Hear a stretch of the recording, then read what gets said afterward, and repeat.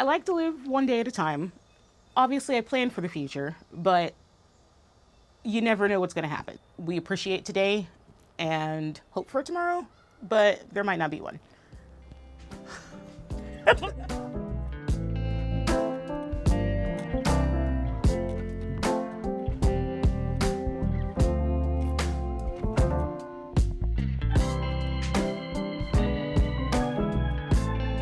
My name's Melanie Apollo. I am a mother of 4. I am a student. I am a full-time financial analyst and a gardener. I'm a Pittsburgh native. I was born here. I have left a couple times, but always come back. I like so much about Pittsburgh. I like the seasons. I like the geography. We have a lot of parks and opportunities to go outside. In the winter, we've got a ski resort that's about 15 minutes away, so we all go snowboarding in the winter. But we've got the best amusement park, one of the best amusement parks in the country in Pittsburgh. It's just has everything. I think it's a great place. That's a really hard question for me to answer though, because I like everything about it. I could be outside all the time. I could be outside all the time. Whether it's like a hike in the woods, going mushroom hunting after it rains, I could be outside all the time. I was in the Army Reserves as a 74 Delta chemical operations specialist. So, we would be the ones sent out to decontaminate if something dirty went off. From my experience in the military, I gained discipline, awesome arms, and and some friends, lifelong friends. I never deployed. At the time, I was upset by this. So I joined post 9/11. I was immediately assigned to a unit that had just returned from Iraq. So units were on 18-month rotations, and they weren't going anywhere for another year and a half. When we started kicking up to deploy again, I got reassigned to another unit that had just got back from Iraq. And I was very disappointed in this at the time. And then my son was born, and it was time for me to re-enlist, and I couldn't, because it's hard to leave your kid. My daughter was born about a year and a half after my son, and then I split up with their father. So it was just me and the 2 little ones, and we lived, and I don't know how. I had these 2 beautiful kids, and I'm like, all right, you guys aren't old enough to get yourselves dressed. So I would wake up in the morning, get them dressed, fed, buckled into their car seats and to daycare, and then would have myself at work by 7:30, and I don't know how I did that. And then my house was cleaner than it is now. So I don't know, maybe little kids are for people in their 20s, I don't know.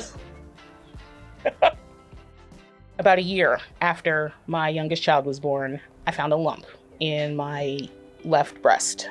I came to the conclusion that it was probably a fibroadenoma, because that is most commonly what it was. It's like I'm 37 or 38 at the time. I have no family history of breast cancer, so that's not what it is, right? I was like, they're all saying it's a fibroadenoma, which is benign and it will probably go away. Why do I have to go in for a biopsy? And I went anyway. And I am so glad I did, because 3 days later, they called me back and said, your biopsy was positive and you have triple negative invasive ductal carcinoma. I didn't realize that there were different kinds of breast cancer at all. There's lots of different kinds, and triple negative is the most aggressive form, so they give you the most aggressive treatment for it. Physically, the chemotherapy was the hardest of all of the treatments that I took. A lot of people don't know, I didn't know, is that it can make your fingernails blacken. Some of it can cause your skin on your hands to blister, and also on the soles of your feet. And it can actually cause your teeth to die. So I actually lost a tooth from chemotherapy. Yeah, I didn't have any energy to get outside and do the things that I enjoy. And I was still trying to work at the time also. And just realizing that I couldn't do all of that I couldn't do all the things that make me me. And it was kind of heartbreaking. As a financial analyst, you kind of have to be sharp and able to understand numbers. And another side effect that people don't realize is there's something called chemo brain, where chemotherapy can actually impact your cognitive function. And I was looking at processes that I myself had designed, and I was like, I don't understand this. And I know I'm laughing about it. When I look back, I kind of have to laugh because it was interesting times.